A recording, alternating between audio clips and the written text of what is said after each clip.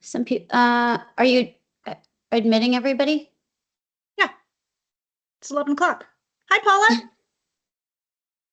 Hi, Paula. Tina, did you want to have your Fathom in? Yeah. Right? Because I just dismissed it, mine. Oh, recording and transcription is already sent to recording and transcription, so that's good.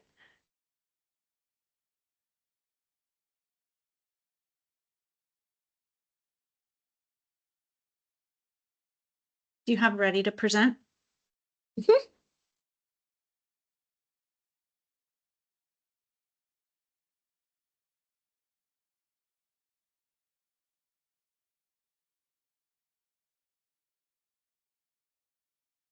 Hi. Okay. Well, no rush because no one else is here yet. You might get a special one-on-one presentation today. I know there are some others coming.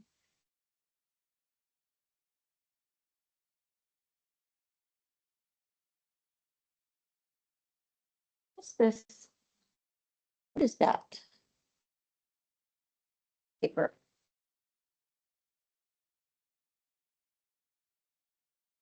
On the printer. Fumes here. Great.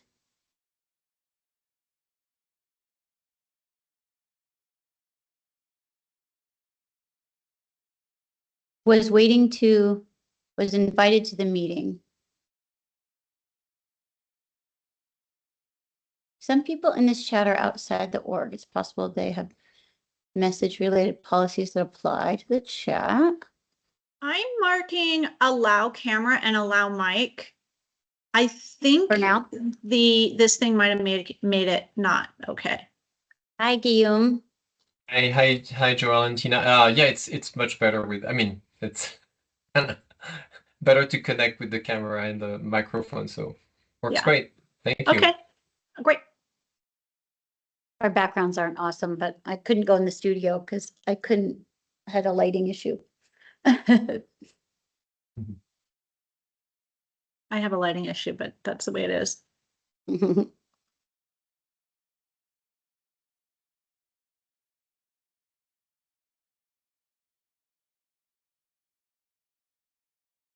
want to give people till 5 after and then we'll just start? I like it. That sounds good. Okay. I did get confirmations from a handful, but you know, things happen. I got your I think I got a reminder. I saw this. Yeah, it came an hour ago. Okay. Yeah, nicely done. Did you write it or was it automated? It was automated. Okay, cool. Yeah. Yeah, it's nicely done. Just send it. Go through my inbox. Let's see. Okay, we've got that. Cool. We got Paula also in the call, right? Paula. Yeah. Can you hear us, Paula? I could tell she could hear us because she gave us a smiley face. Yes. Hi. I'm now on audio. Great. Thank you. That's great. Good to hear see you. Good to. Oh, hey, now we see her. Look at that. Perfect. Yeah, I didn't mean to confuse you all. I just have get my coffee and all that. Well, this is the first time we've used this system, so we're working out the kinks trying to figure it out. Yeah, I gotcha. Cool. How do you know Larj Media, Paula? I'm sorry, can you say that again? How do you know Larj Media? How do we know? How do we know? Yeah. Well, they live down the street. Neighbors. They are our, my local podcast heroes. So she's a huge supporter. I'm a supporter and a friend of a friend, kind of. Friend of a good friend, yeah. Yeah. Who's coming to town? Kristen's coming, I think, this summer in July, she was saying. Yeah. Oh, okay. I hope I don't miss her. Okay, cool. Are you going somewhere in July? Yeah, just kind of the early part of July, but then I'll be around. Nice. Yeah. I'm a huge supporter too, Paula. Yes, tell me. How do you know each other? Yeah. We know each other from a long time ago, and then last year, Joel and Tina reached out and say, "Can we we'd love to, bring you on, maybe help us evolve the company." So that's what I've been helping Joel and Tina do. Nice. Yeah. Very cool. Awesome. Yeah, that's like 20 people. I know that happens. Attrition, and it's a Wednesday at 11. Like Yeah. Mhm. it gets busy. You had 20 people sign up. But Yeah. but 18. And Okay. then I had to do, it's a 2-step process, so there's some challenge to that. But I had somebody join thinking it was starting now, so I know she went through the steps to make it work, but she is potentially not available. And I had a couple people send me a note this morning saying they aren't going to be able to make it after all, and they were hoping we would record it. But I don't think we are really recording it for like human consumption. Mm-hmm. I'm gonna try to But you fix my want to mic. record it for your own Yeah. reasons, right? Yeah, And your own right. content or Yeah. repurposing or whatever. It Yeah. might not be like, I don't want to commit to just having it go out because I don't know how we won't be able to like cut it or anything. We weren't sure. We don't know yet. It's gonna be great, but we don't know how great. Yeah. Well, I guess we should just jump in. Yeah. What do you think? Yeah, you can give us your feedback, Paula. Okay. I Oh feel my badly goodness. because, No pressure. whoa. Well, as you all know, I'm not necessarily a podcaster, but I have dabbled. Yeah. So, Well, this is more for an audience of, well, you'll see. Yeah. Really. Yeah. Yeah. I'm excited to hear what you have to say. So thank you for taking the time. I feel badly Yeah. because you're kind of stuck with us. On the Like if you had spot. time to sort of like Yeah. halfway check in and be like, well, I'll eat my lunch while I'm doing this. Now we've like capped. If It's you all were good. I'm thinking that I'm it was curious. going to be bigger and you had plans to just multitask for this, do not feel like you need to keep your camera on. You can eat or do whatever. We'll go through it like as if it's an audience of 20. Totally. Do that, and I will be listening. I may not keep my camera on, but I'll be here. Okay. Great. Okay. Okay. All right. Good to see you. Thank you All for right. You coming. too. Thank you. Okay. Okay. Well, welcome you, Paula. I'm Tina Knoll. I run what? Tina? What? Just go for it. Yeah.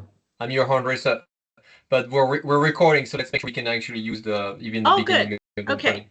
I'd Yeah. rather not use it because our background isn't very good, but No, just- you should. We are recording, right?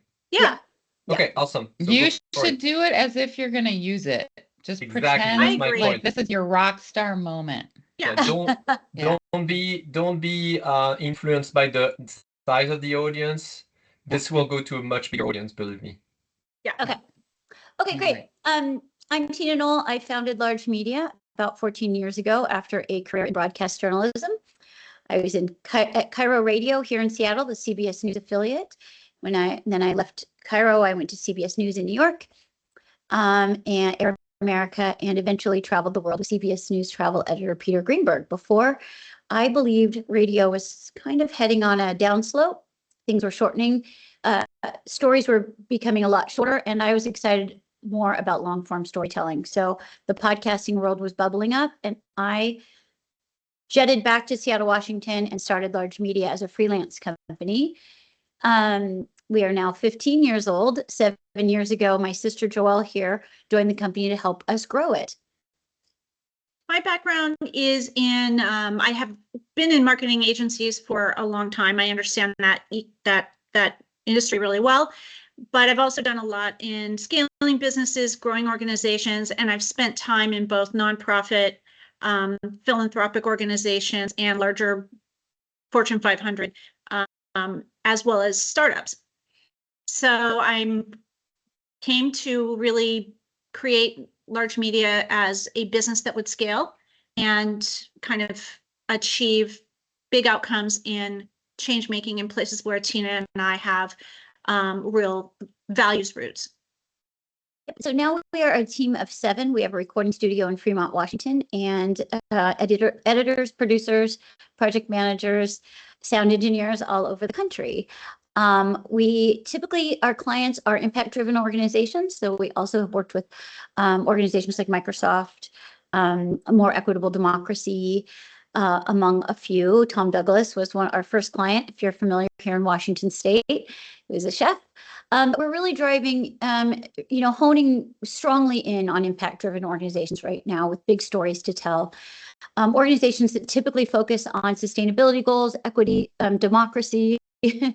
Time right now, it seems to be a little bit falling apart. And we're looking at people, our clients are looking to launch a podcast or elevate an existing one. We have won a lot of awards. We're really proud of the accomplishments that we've made over the years, and it's really time to focus strongly in on values aligned and mission driven organizations. So today we're going to talk to you about the traditional approach to podcast strategy. We do things a little differently here at Larj Media. We'll introduce you to our podcast first approach, share with you how we've done it in practice, and then we have a leave behind that will kind of arm you with some more information about the podcast listener and demographics. So we'll leave you with a little gift bag, if you will, virtual gift bag. So we here at Larj have, as I said, a different approach than you would have imagined to podcasting. So what we discovered is organizations would come to us who wanted a podcast as kind of another part of an existing. Nope, sorry, I got to go back. We do things a little differently here at Larj Media. Most people come to us just wanting a podcast, but we begin with your marketing strategy. We build the podcast from there, and then that podcast feeds all the rest of your channels, your social media, your newsletter, your website, your video, et cetera, et cetera, et cetera. It's a gift that keeps on giving. Because podcasts are the most powerful way to build relationships, drive narratives, and inspire action.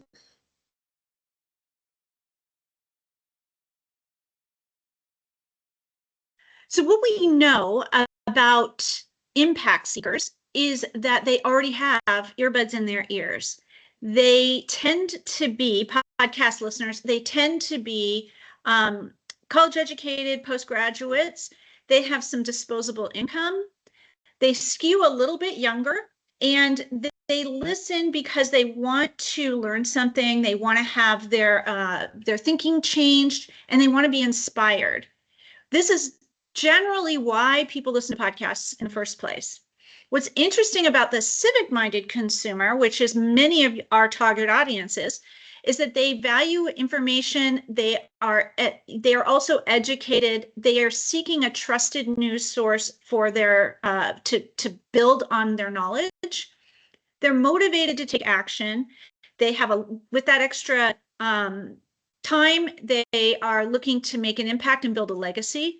They are also curious problem solvers. They're motivated by their curiosity. So what's interesting about that is this great overlap between the audiences we're trying to reach and the actual people who happen to be listening to podcasts in the first place. This is why podcasts are really the best and most powerful way to motivate people, to get them engaged, and ultimately to create a movement. But here's the thing. As I said, we do things a little differently here. The traditional approach to the podcast space was people would come to us and thinking they just want a podcast.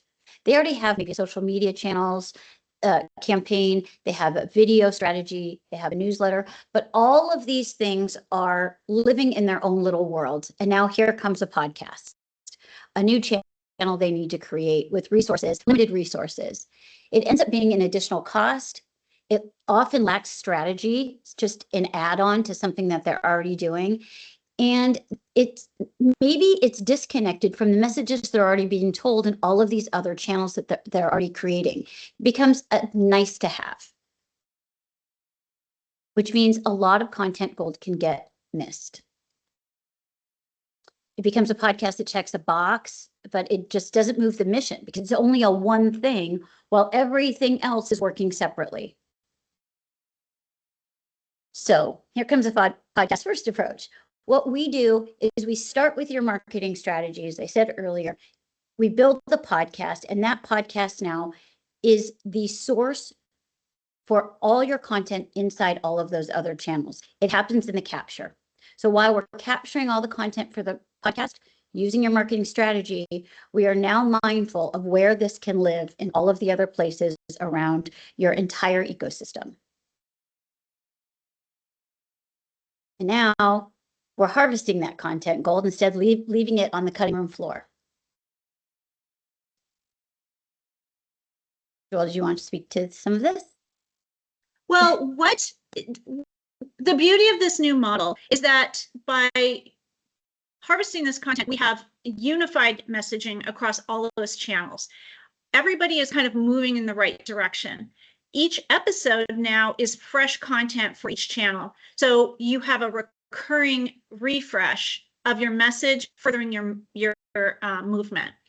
The teams collaborate around that central vision. So you now have cohesion in how the team works together. You're getting more bang for buck out of that group. Because the message is available in so many channels and it's consistent, no matter where your audience is, they're able to find it.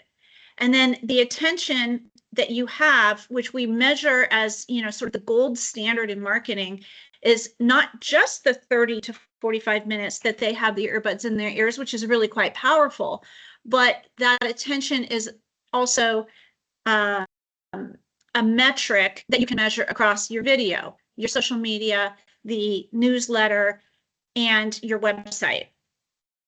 In addition, you have a question. I'm sorry, Joel. I see a question on the board here. Yeah, I saw that too. I thought we'd come to that toward Okay. Yeah, go ahead. Once we get through that. So what you've done now is reduce your total marketing costs, focus your team, and tighten up your message across anywhere your audience happens to be. Next slide. Now Yeah, go ahead. Now your podcast maxes your ROI and moves your mission. I want to address this question because I think it's an important one as we talk about this in a larger context. We talk about maximizing your ROI and moving your mission. So here you have your big story in the center of everybody's aligned right now on your marketing strategy. Now you have your big story to tell, and you begin to tell that story inside the making of the podcast. Now, when you're done and you've got your video and your audio, you can harvest out of that an idea for a newsletter, a social media strategy, short clips for your social media strategy. You have a beautiful podcast that's getting some earned media. Your hosts and maybe your guests are on other podcasts. So everything's feeding outside from the inside your podcast. It's all filtering out, which is why it saves you money, and you're meeting your audience where they are. So if they're scrolling through Instagram and they see a clip from your podcast, they go deeper. Now they're going to go find you someplace else. So it's just this constantly growing garden of content. And here's how we did it. So we have had the experience of doing this with a client we're working with now called More Equitable Democracy. They, while capturing the podcast content in Ireland, also had a video crew with us. So kind of feeding two birds with one seed there. And when we left, we had a plethora of content from all of the interviews we collected there and all of the content we were doing there. So rather than leaving that content gold on the ground, we collected all of it together, created the podcast, and then used that content to filter out to all the other channels. So we purposed the episodes into blog posts, short form videos, and our hosts ended up in earned media, KOW, and on other podcasts. Phil, did you want to add to that? I felt like I took it away too much. No, that's okay. Grab the next one. Let's finish up More Equitable Democracy and answer questions. Yeah, so in the end, this show called The Future of Your Former Democracy ended up with a few awards. Our hosts, as I said, ended up on KOW, not ended up, they were invited to KOW and other podcasts where they got to speak more about their mission and about the show. So meaning they also were able to gather listeners from different podcasts that were values aligned and like-minded. And they had a significant increase in their traffic, content reach, and user engagement. And now we are in production for season 2. Okay, so let's jump to questions real quick. We, will leave behind some of the information. There's some also sources around who's listening and why. So we'll provide that in the leave behind deck. Kim, you had a good question around how audiences that we were describing, like change-making audiences, evolve. Is that really the crux of, is that the?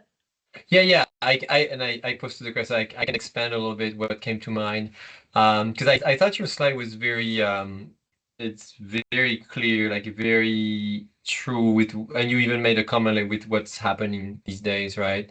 But that I don't want to assume that it was always like that. And given you've been pioneers, in the world of podcasting. I'm curious about, your observation about how, this audience has evolved. Like, were they always like that, or has this been something that has formed, and what were some of the ups and downs or things you noticed? Well, traditionally, the podcast listener, people came to the podcast space looking for long form storytelling.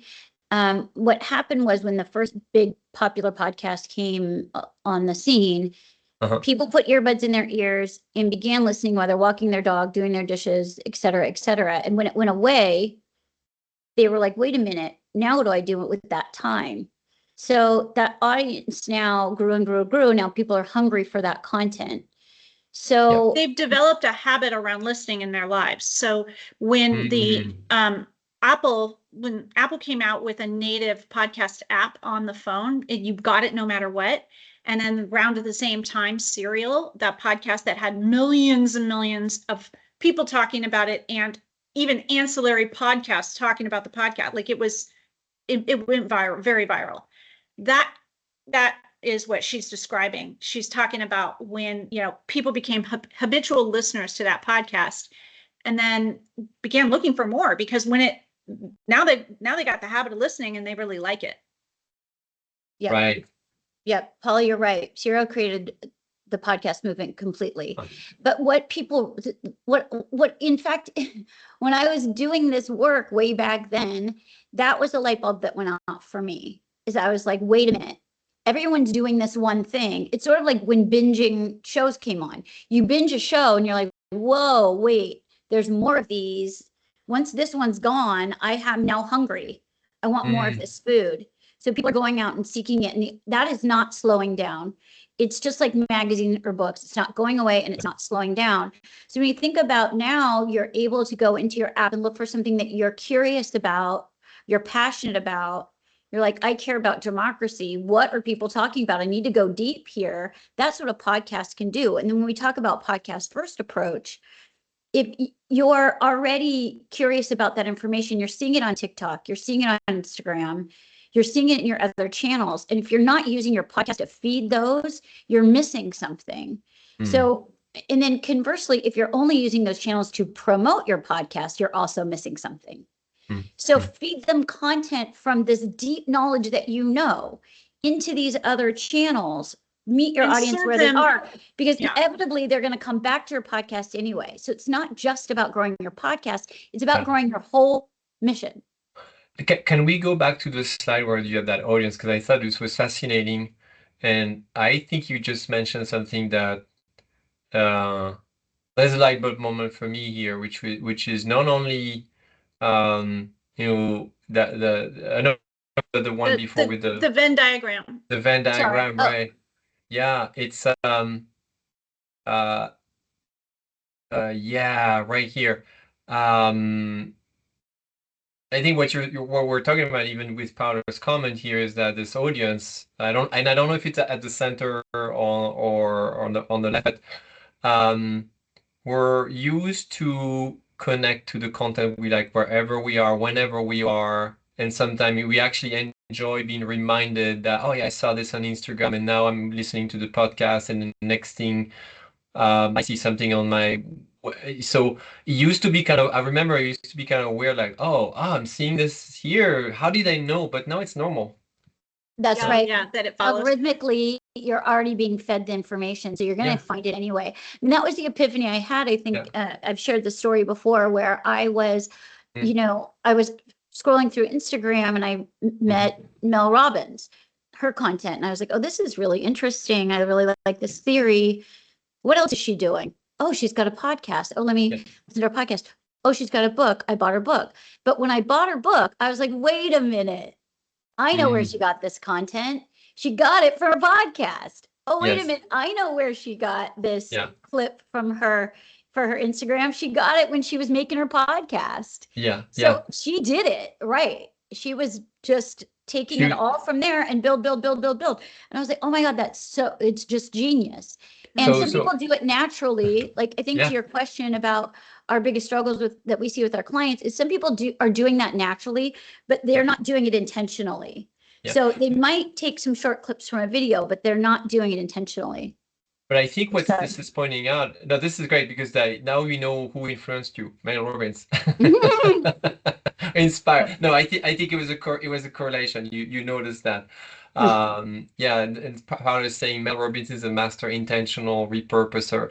Yeah, absolutely. And I think now if you don't mind going back to the diagram, what this means also for the diagram, another light bulb moment for me in listening to you guys is that most people tend to think about the other channels of ways to promote the podcast, and they struggle with that. Why I gotta be there and be there and be there, and why is this not working? Yeah. But you're using those. Yeah, go ahead. Sorry. You're flipping the belief on its head. Like, it's not to promote the podcast. It is the podcast. It is where the podcast shows up. You don't have to do this extra work. Just post what you have. Just use it. It's not about the medium. It's about the message. So if they are in the mood for something snackable and they're scrolling, give them the message that way. If they're in the mood for something to unplug their brain and watch visually, give them something there, but make it consistent. Your message is your message, no matter where you deliver it. But for change-making things that are complicated, electoral reform is complicated. Climate, very complicated. When someone wants to really go deep and they're curious already, they're going to put earbuds in their ears and they're going to learn about what they care about. And then they're going to learn how to talk about it, and they're going to learn how to advocate for it. And that's what the podcast really serves. Okay. And I want to make a point about, I want to add to what you said, because there is repurposing, but the word harvest I use intentionally because it's not the same thing. You're not putting out the same message. You're putting out the same message, but you're putting out very different content that's intentional to the audience you're reaching, right? So you know that your Instagram audience is flipping through and they're going to go for 30 seconds, maybe 2 minutes max. TikTok, you might get them for 10 minutes, depending on how good your story is. But the podcast, you're going deep, right? So you're harvesting something very unique to the channel that you're going to go put that seed into. So that's just a big difference between when we think about repurposing versus harvesting, and then being smart about what channel you're putting your stuff into. Right. Super interesting. Yeah, that's really that different. I had another question. Yeah. Can I ask a quick question too? Of course. Tina, can you say that again, the difference in your mind between repurposing and harvesting? Yeah, when I think of repurposing, I think it's about it as being the same content. So you take a clip from your podcast and you put that clip out. What I'm talking about harvesting is you don't take that clip out. You say, okay, wait, we recorded for an hour. There's one specific story on this topic. We're real intentional for the podcast. but they talked about this other thing for about 4 minutes and it was good. This doesn't fit the podcast. So let's take that and brand it the same as your other content. It still fits the message because it's all coming from that source, that marketing material, your marketing strategy, still coming from that source. It just didn't fit in the podcast. So take it and move it over here. Or if you think about a newsletter, extrapolate on an idea. So maybe these two are talking about oranges, but they touched on this idea of the importance of soil when you grow an orange tree. Let's extrapolate on that one little piece and make that the newsletter topic for next week. Got it. So Okay. it's just It's the double clicking. It's right. And the reason why it's an ROI game is because AI. So with AI enabled tools, now you have the ability to do that at scale, like just massively all over the place, repurpose, branch out.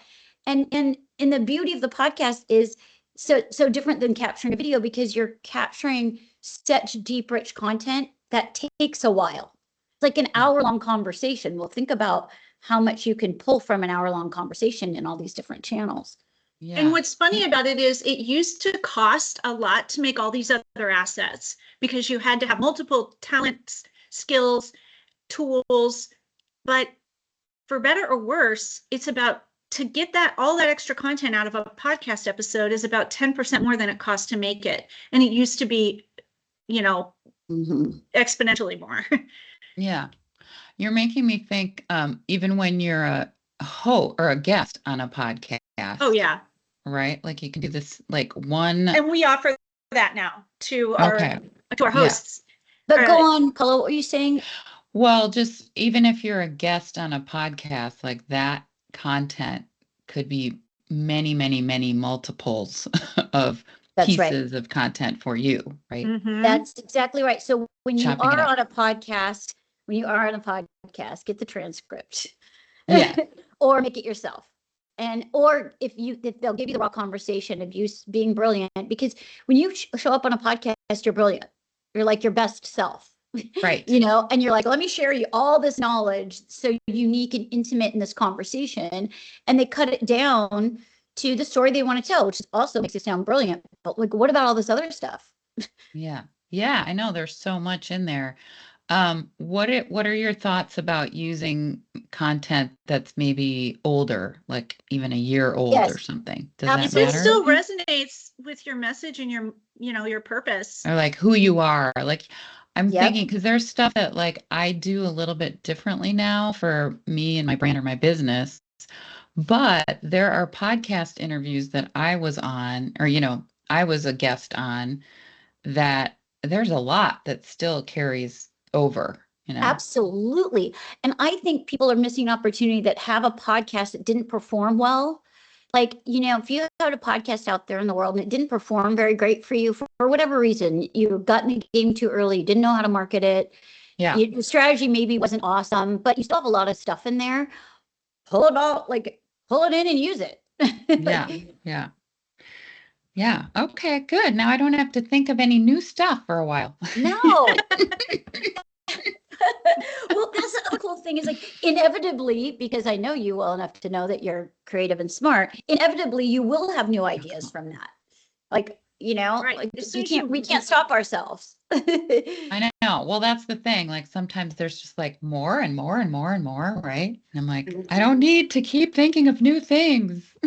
I have plenty of things. And not you think because you use it, everybody's already seen it. It's over. Right. No, like if they did see it, they don't remember, and B, they probably didn't see it the first time around. Yeah. Well, and some of the stuff wasn't like now we're on podcasts or audio and video, right? Yeah. But like even a couple of years ago, that wasn't the case. Like it was just podcast, audio. But still, yeah. But it's still content. And people still think about that way. I mean, our clients, that's the thing is our clients all think they're two separate things. You got your video and you got your audio and you got your social and everything's different. And they all have different little teams and different resources. When you put it all in the middle everybody shares the same resources and the same team, and you save a lot of time and money that way. I gotta tell you, as a content creator and working also with other content creator, like finding a way to to use your podcast as a primary source, and not having to worry so much about more content, but just like how can I be more efficient and still engage people in a meaningful way. That's a huge relief. That's because when you're a content creator, you constantly have that in mind, like what's next, so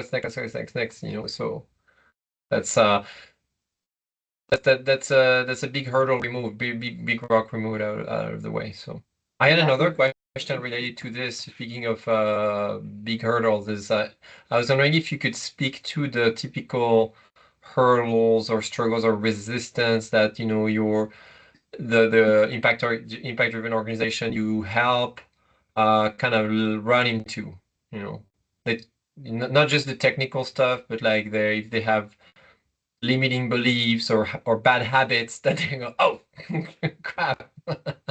What does it take to get to this podcast first approach? Well, I think one of the things I see a lot is the shiny object idea. Is like video is so much more sexy than a podcast, or the belief that a podcast is so much work. And it maybe that with a misunderstanding about the value of that work. There's also the idea that podcasts are podcasts still a thing? There's so many of them now. How do you ever? And that like is millions. Yeah. And it's funny because you would never say, oh, well, books are gone. Nobody reads books anymore, right? Like right. Or there's too many newsletters, or there's, and the reality is that these podcasting is a habit forming, medium, and we are finding much better ways of discovery. It has evolved a lot, but beyond that, you can, to the point of, podcast first, you can find it in other places. You can find that content and enjoy it there. Podcast is available for people who listen to podcasts, and that is a good percentage of the, it's a third of the US population. But for the other 2/3, there's plenty of other ways for them to get your message. It's just that to get out that message consistently and of quality, start with a podcast and really, commit to telling your story in a cohesive and, consistent way. Yeah. Would you say that a podcast is better than no podcast? No. Okay. No. Absolutely Why is not. that? That's a great question. Why is that? Because creating a podcast is it's a big ask. Like the idea of the podcast is to get somebody to come to you week after week, or binge it and spend 8 hours with you, maybe, I mean, it's a big body of work. Yes, and no one's going to do that if you just put a podcast out to put a podcast out. So no one's going to come back to that content. If you want to capture all your voice doing a bunch of stuff so that you can repurpose it, but don't put it out for an audience because it's just too much to ask, right? Like when we think about this concept from a mission building, brand building, that's very different. Endeavor, I understand that. It's like part of the idea of mission building or brand building is like, I want you to immerse yourself in this thing. I want you care about the climate so much. The tennis shoes you buy to the thing that you do, that you're willing to immerse yourself in 6 hours of content about it, like it's just and so we make it worth their while. Make it work. It's a gift, right? And I think that's why sometimes people come to us and they have this big idea. They really don't have the time and energy to put into a podcast. And I say, well, then go just put it in social and do, social is much more forgiving. Your face on a camera and you're just talking to it, walking down the street. That's a very forgiving medium. I'm not asking you for a half hour or even to come back. just like it enough to spend 2 minutes with it and buy this mascara. It's just a different play. Yeah. It's still creating the content. It's getting your voice out there, but it's not this like production and the expectation of consistency, because I think, right. And there are a couple podcasts that I follow that they don't put it out every week, like the expectation of, every Wednesday morning at Consistency. 11, like that's not what they do. But I think of it in terms of persistent, not consistent. Like there's always something that comes up within the month.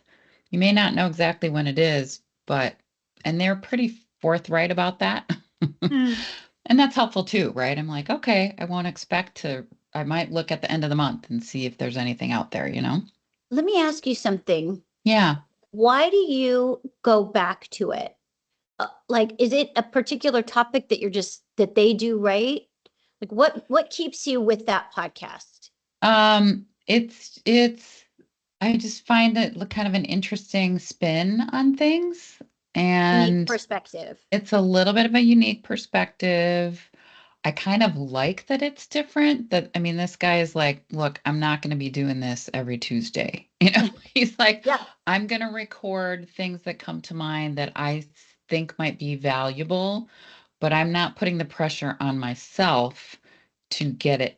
This is a one-man person. Yeah, right? yeah. So it's very different from what you're talking about. Yeah. But I think that's where my question comes from, is like, it is, for organizations like what you're talking about, of course, I would imagine that there would be more production, more thought, more planning strategy along with it. So, Yeah.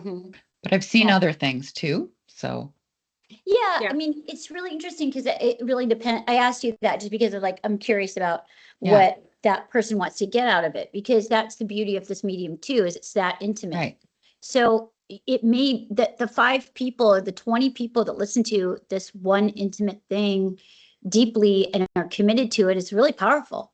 Yeah, exactly. It's such an intimate thing, and I don't know how many listeners he has. It's not 5. I know it's way more than that. Yeah. I know it builds over time, right? But they're high value listeners to him. But they're high value listeners. Exactly. So, and that's the truth about podcasting. You can have 500 people, which doesn't sound like a lot in terms of the Joe Rogans of the world. But if there are 500 of your exact right audience and they're coming to you even once a month for this guy, every once a month, he basically stands up on a stage and has full attention of the most valuable people he's trying to talk to. That's gold. That really is just, you can't get better than that. Too. Right. It's really, and if you have it every other week, because, that's the system, and you've got the, team to be able to put together that really valuable content more frequently. The exponential growth of that and the ability to get that message out in a consistent way to the most valuable people that matter. It's like silly not to do it. Yeah, I know. It's silly not to do it. It drives us crazy. I think I mentioned to you, I'm going to stop in just a second. No, you're great. Thanks for spending time with us. Okay, good. I'm so glad to have you in your ears here. So I mentioned to you that about a year or so ago that I was doing LinkedIn live audios. And I taught myself how to record them. So I have all of that content. It's probably like 20 episodes or something. Amazing. And I'm just sitting, I'm like, I don't exactly know what to do with it, but I feel like I could just kind of create, I'd have to like go back and listen and make sure it's okay to make public, or create it more privately and send it, to audiences who I think would care. But I imagine you could, I would take, you probably have transcripts for it all. Yeah, I do easy too. to get. I would, ChatGPT is your friend, and Yeah. I would pull in grab one episode transcript. I can give you a list of prompts to play with to extrapolate some information from each episode, and just you can make, there's just a lot you can do with what you have already. So more like posting or something like that. Creating posts or creating other, like it might spark an idea for you to use a chunk of that information and then do, add to it. Mhm. I mean, Yeah. there's so many things you could do with that. Good. And then I don't have to think of any more new stuff For a little Although you while. will. for a So little while. Yeah. Yeah. I Thank actually this is I'm glad you're bringing up that topic, Tina. Also, I had a question ready to send you here in the chat about AI. Mhm. I want so working with you has made me, knowing you, I mean, knowing you more and more has made me cross my, I need it. I would love to do podcast first, right? It's Mhm. really, really compelling. Mhm. So can you talk a little bit about the influence of AI in this approach? And now I have a subsequent question is like, what should I start doing or really stop doing that could get in the way as far as AI is concerned? Because there's so many, I mean, there's so much noise, so much things you can do, but I also see a lot of bad things. So love to hear you on that. Yeah. What's your experience so far? Yeah. It's Tina's a real wonderful. power user. She is. I mean, I love it too. But on every level. totally. like specific to the podcast first approach. Yeah. Well, specific to the podcast first approach, the first steps I would take, I don't know if this is too granular, but like I take a transcript and the first thing I say, I do two things, summarize this conversation. Mhm. Okay, I put criteria in. So this is a conversation between me and this person. We're hoping to reach this audience. The goal is this. Summarize this conversation, create create a paragraph based on this content, create a paragraph for LinkedIn specifically targeted to X audience. I'm looking for these results. Sometimes I will even say, ask me 3 questions that will help refine the idea. Wow. Okay. Once I answer those questions, let's take those answers and let's work on this. And sometimes I just use it as a thought partner. So I'll tinker around and get what I want. But now, depending on how advanced your skills with AI are and which tool you're using, there's memory there, so you can put everything in a bucket where it's now can recall things. But in a project. So I've taken for more equitable democracy, I have a content grid. I took one episode and I said, here's the audience, here's the goals, here's the mission of the organization. I just plugged all of that in and said, let's create a content grid extrapolating information from this half-hour conversation they had with this person. Okay. Wow. So so thank you, because I just witnessed here there's a special way to use AI for podcast first. That's live prompts crafting from Tina. So I want to create, this is ideally I want to create a system that already has the criteria in there in these specific prompts, because not only do we use it in post-production, that's post-production. In pre-production, when I'm, I have to interview Guillaume, I will have a conversation with you first, discovery call. I pop that into GPT. I ask it some questions. I refine the conversation using GPT. And now I have our interview through line for when we actually are going to record our conversation. Then when we do that, I have the raw, right? So now I have the raw material to play with. And then our editors edit it and make it beautiful. And now I have 30 minutes, but I have a 40 to 50-minute raw conversation. That's the extrapolating business from AI. So you just have so much in this short period of time. But again, it's like really kind of using a fine, like a scalpel to be smart about how you're clearly instructing your thought partner. Yes, because as you said, it's not repurposing, it's harvesting. That's right. That's a fine line, but I get the difference now. Yeah. Thank you. This was great. You guys, thanks for taking time. Paula, It's a you're real the lucky best. thing you guys showed up. It's fun. This isn't going out to all the participants, is it? No, Okay. I don't think So so. this will be going out and this will be posted in public. No, it won't. Really? I insist. Whoa. We'll cut that segment of where I'm like pitching you on it. This is so valuable. Look, I've been working with you intensely Okay, for like okay. 9 We'll months. talk about it. Do you I want to learned stop something. the recording right now? No, I'm Yeah. serious. I mean, or do you know? No, Okay. you need to post this. It's The very good. I reason mean, why I'm It is might just cut because you guys off. I don't know what will happen when I hit this end event. Just stop the recording. You should be fine. I don't have it's not a running. Oh, Tina, one of you guys has a recording going. I have Fathom. It's not me. Oh, okay. Okay. Well, we'll talk about it. You can edit We'll talk it too. about it, Guillaume. But it doesn't Sounds good. automatically go out, right? We'll find out. Oh God. Yeah. Okay. I hope it does. All right. All right. great. Bye. Thank you. Thank you you. so much. Thank you Bye. so much. This has been really great to hear your story and get all of this wonderful value from all of you. You know, I'm a Thank you, big fan. Paula. Thank Thank you, you. Paula. You Bye. See you are. soon. See you. Take Bye, guys. Bye take bye. care.